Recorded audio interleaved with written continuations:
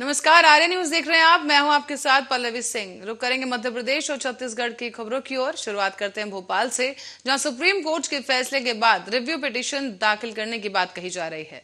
दरअसल मध्य प्रदेश सरकार में मुख्यमंत्री शिवराज सिंह चौहान का ये बड़ा बयान सामने आया है, जहां उनका कहना है कि सुप्रीम कोर्ट का फैसला क्या आया है, अभी हमें उसका अध्ययन करना है और पंचायत चुनाव ओबीसी आरक्षण के साथ हो, इसको लेकर एक रिव्यू पिटीशन दाखिल की जाएगी। लेकिन ओबीसी आरक्षण के साथ ही पंचायत के चुनाव हो, इसके लिए रिव्यू पिटीशन हम दायर करेंगे और पुनः आग्रह करेंगे कि स्थानीय निकायों के चुनाव ओबीसी के आरक्षण। और भोपाल से मंत्री सारंग का एक बड़ा बयान सामने आया। यहाँ उनका कहना है कि कांग्रेस अपनी राजनीतिक रोटी सेकने और पद बचाने के लिए सरकार की नीतियों का विरोध करती है। युवा कांग्रेस इस नीति का विरोध कर रहे हैं क्योंकि हमारी सरकार गरीब और जनता के कल्याण के लिए काम कर रही है। युवा कांग्रेस चंद गुंडे बदमाशों को इकट्ठा कर प्रदर्शन कर रही है।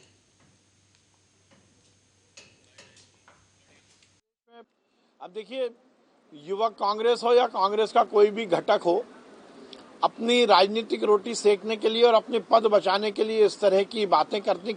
किस योजना का और नीति का विरोध कर रहे हैं? इस नीति का विरोध कर रहे हैं कि हम गरीब को मकान दे रहे हैं? क्या वो इस नीति का विरोध कर रहे हैं कि मध्य प्रदेश में शिवराज सिंह चौहान जी की सरकार में हर महीने लाखों युवाओं को स्वरोजगार दिया जाता है? क्या युवा कांग्रेस इस बात का विरोध कर रही है कि हम संबल योजना के तहत गरीब के घर में हरियाली और खुशहाली पहुंचा रहे हैं? क्या युवा कांग्रेस इस बात का विरोध कर रही है कि हम लाडली लक्ष्मी योजना का दूसरा योजना लेके आए हैं और उसमें लाडली लक्ष्मी के हायर एजुकेशन तक की हमने व्यवस्था की है? क्या युवा कांग्रेस इस बात का विरोध कर रही है कि हम मध्य प्रदेश में माफियाओं के खिलाफ कार्रवाई कर रहे हैं? चंद गुंडे बदमाशों को इकट्ठा करके प्रदर्शन कर देने से राजनीति नहीं चलती। युवा कांग्रेस गुंडों का समूह है और हमें तो ये देखना पड़ेगा कि इस प्रदर्शन में कितने गुंडे बदमाश।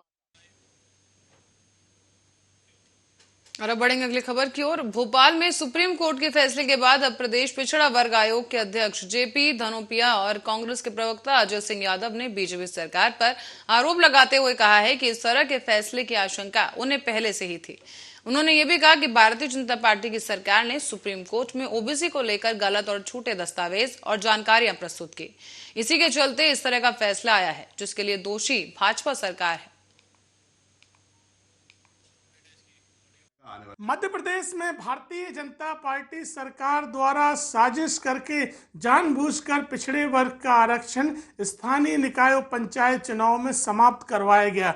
दिसंबर 2021 में सुप्रीम कोर्ट द्वारा स्पष्ट निर्देश दिए गए थे 4 महीने के अंदर ट्रिपल टेस्ट रिपोर्ट सबमिट करके पिछड़े वर्ग का आरक्षण सुनिश्चित किया जाए, लेकिन सरकार द्वारा ट्रिपल टेस्ट रिपोर्ट सबमिट नहीं की गई।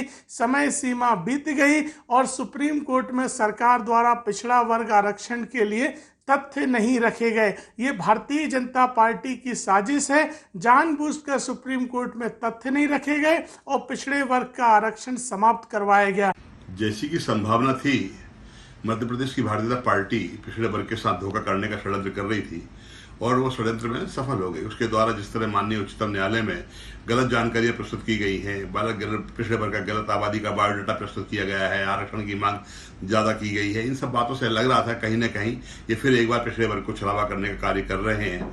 और जिसकी पुष्टि इस बात से होती है कि भारतीय जनता पार्टी की ओर से माननीय उच्च न्यायालय में उनके नियुक्त वकील के द्वारा भी कहा गया था कि माननीय उच्चतम न्यायालय से महाराष्ट्र जैसा ही निर्णय होगा। इससे साफ लग रहा है कि योजनाबद्ध तरीके से प्री प्लान से कराने वाला कार्य किया गया है। माननीय उच्चतम न्यायालय के सामने कोई विकल्प नहीं था। जब आपने दस्तावेज ही पूरे नहीं दिए हैं, ट्रिपल टी टेस्ट का जो है, ट्रिपल टी के टेस्ट का जानकारी नहीं प्रस्तुत किया, तो माननीय उच्च न्यायालय के पास विकल्प ही नहीं था। इसलिए उनके द्वारा निर्णय दिया गया है, उस पर तो मैं कोई प्रतिक्रिया व्यक्त नहीं करता हूँ। लेकिन भारतीय जनता पार्टी के द्वारा पिछड़े वर्ग के साथ जो धोखा किया जा रहा है और जो धोखा करने का प्रयास किया गया है, निश्चित रूप से बहुत ही निंदनीय है। इसकी जितनी निंदा की जाए। तो आपने सुना कि किस तरीके से यहाँ पर भारतीय जनता पार्टी की तरफ जो है आरोप मढ़ दिए गए हैं और इसी के साथ ही दस्तावेजों को लेकर सवालिया निशान यहाँ पर भारतीय जनता पार्टी के ऊपर खड़े कर दिए गए हैं। बहरहाल अब ये मामला क्या रंग लेता है देखने वाली बात होगी। हालांकि सीएम शिवराज सिंह चौहान की तरफ से कहा गया है कि एक बार फिर से रिव्यू पिटीशन डाली जाएगी और इसके बाद ही मामला आगे बढ़ाएंगे। अब रुक करते हैं अगली खबर की ओर। दमोह से खबर सामने आई है जहां बिटियागढ़ थाना क्षेत्र में अज्ञात वाहन की टक्कर से बाइक सवार 2 लोगों की दर्दनाक मौत हो गई है। इस घटना की सूचना मिलने के बाद ही पुलिस ने मौके पर पहुंचकर मृतकों के शव को पोस्टमार्टम के लिए भेज दिया है।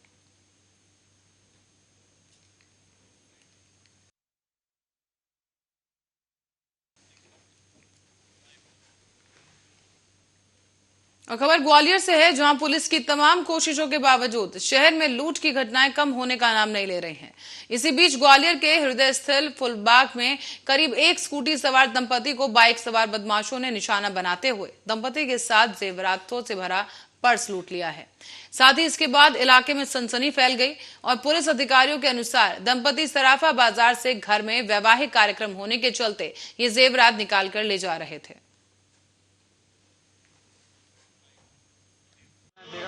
मैं अग्रवाल ज्वेलर से सराफे से आ रहा था। वहाँ से मैंने 1.5 लाख का सोना लिया। फिर मैं बाड़े गया, बाड़े से कपड़े लिए के फिर मैंने मंगलसूत्र भरवा के फिर सीधे आने लगे या होटल के सामने चौराहे पे छीना छानी करी। चलती गाड़ी पे कितने लोग थे? 2 लोग थे। एक्टिवा से थे, सफ़ेद बनियान पहने थे, सफ़ेद तौलिया पहने।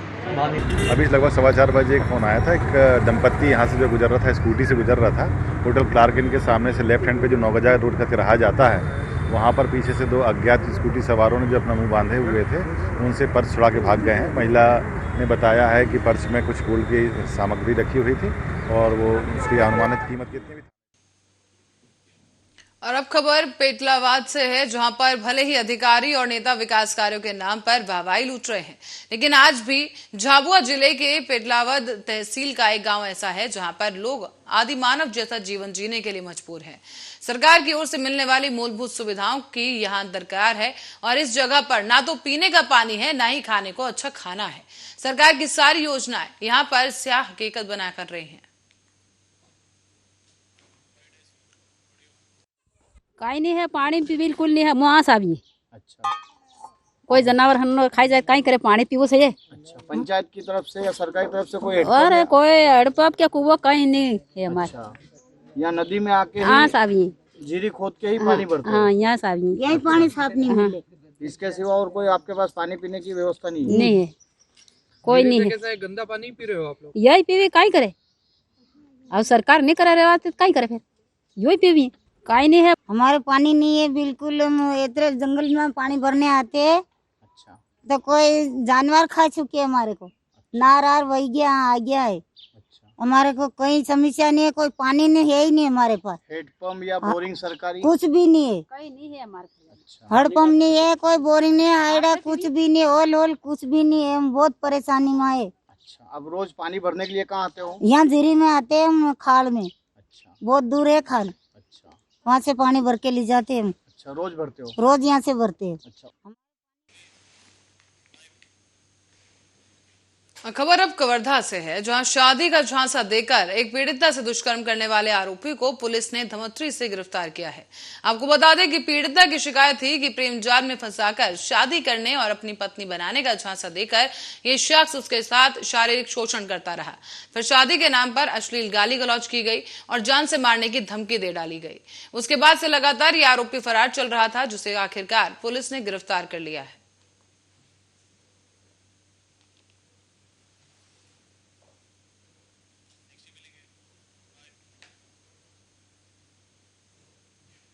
कवर्धा में पुलिस को बड़ी सफलता हाथ लगी है। जिले में 2 गांजा तस्करों को पुलिस ने गिरफ्तार किया। बता दें कि अवैध गांजा जिसकी कीमत करीब 23,000 रुपए बताई जा रही है, उसको पुलिस ने गिरफ्तार किया है और अपने कब्जे में लेकर आगे की कार्रवाई की जा रही है। साथ ही दोनों ही आरोपियों को पुलिस ने गिरफ्तार कर अब जेल भेज दिया है।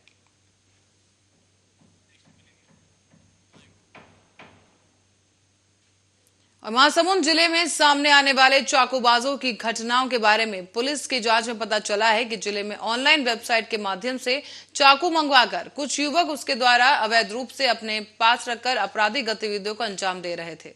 तो वहीं इसी के नियंत्रण के लिए महासमुंद एसपी विवेक शुक्ला ने थाना कोतवाली और साइबर टीम को इसे सुलझाने के लिए निर्देशित किया, जिसके बाद विशेष अभियान चलाया गया और आपराधिक गतिविधियों को रोकने का प्रयास लगातार जारी है।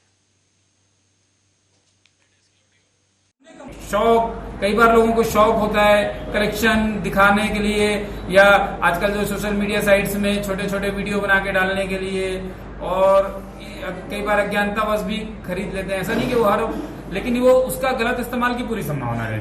इसके लिए हम उनको लिख रहे हैं, हम उनको पत्र भी लिख रहे हैं कि इस तरह की चीजें, एक तो वो नाबालिग लोगों को ना बेचें, नाबालिग जो बच्चे हैं नाबालिग हैं उनको ना बेचें। उसका देखिए क्या है, ये हमारे बहुत ज्यादा नियंत्रण में तो है नहीं कि जो ऑनलाइन साइट्स हैं वो हैं, लेकिन फिर भी हम उनसे अनुरोध कर रहे हैं, उनको लिख रहे हैं कि नाबालिग लोगों को ना बेचें, उनसे उनका मकसद पूछें इन चीजों का, और उनके माध्यम से रिस्पांस तो हमें ठीक मिल रहा है। अभी दो साइट से हम और जानकारी ले रहे हैं, अमेजन से और फ्लिपकार्ट से, कि उन्होंने भी कितने लोगों को यहाँ बेचे हैं।